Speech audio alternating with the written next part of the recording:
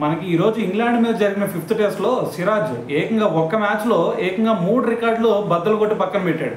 So వాటిలో ఆ record first record ఏంది భయ్యా అంటే, ఫస్ట్ వచ్చేసరికి మనకి ఇప్పటి వరకు ఇంగ్లాండ్ గడ్డ మీద ఇండియన్ బౌలర్స్ అత్యధిక వికెట్లు తీసిన బౌలర్స్ ఎవరైనా ఉన్నారా అంటే ఫస్ట్ 2 ప్లేసెస్లో మనకి బుమ్రా అదేవిధంగా ఇషాంత్ శర్మ కనిపిస్తారు.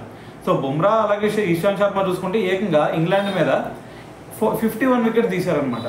సో దాని తర్వాత మరి సెకండ్ ప్లేస్లో వచ్చేసరికి థర్డ్ ప్లేస్లో వచ్చేసరికి కపిల్ దేవ్ ఉండేవాడు. కపిల్ దేవ్ ఏకంగా 43 వికెట్ తీసుకున్నాడు ఇంగ్లాండ్ గడ్డ మీద.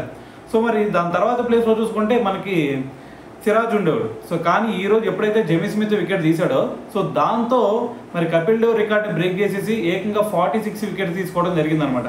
సో దీంతో థర్డ్ ప్లేస్కి అయితే సిరాజ్ వెళ్తాం జరిగింది. సో మరి దాని తర్వాత ఇంకో రికార్డు ఏంది భయ్యా అంటే, మనకి వరల్డ్ టెస్ట్ ఛాంపియన్షిప్ సైకిల్లో ఇండియా టీం తరఫున అత్యధిక సార్లు అది మనకి 4th ప్లేస్లో అత్యధిక సార్లు 5 వికెట్ ఆల్ తీసుకున్న బౌలర్గా మనకి అక్షర్ పటేల్ ఉండేవాడు. సో మొత్తం కూడా అక్షర్ పటేల్ ఇప్పటి వరకు 5 సార్లు 5 వికెట్ ఆల్ తీసుకున్నాడు అనమాట. సో మరి ఇప్పుడు ఆ రికార్డ్ని సమన్ చేశాడు సిరాజ్. సో దాంతోపాటు ఇంకో రికార్డ్ ఏంటంటే, అంతకుముందు ఇంగ్లాండ్ సిరీస్లో చూసుకుంటే అది 2021, 2022లో అనమాట.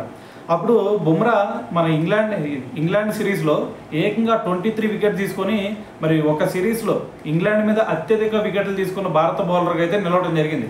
అయితే ఇప్పుడు సిరాజ్ ఆ రికార్డ్ని అయితే సమన్ చేయడం జరిగిందనమాట. ఇంకొక వికెట్ కనుక తీసుకున్నాడైతే బుమ్రా రికార్డ్ కూడా బ్రేక్ అయ్యేది.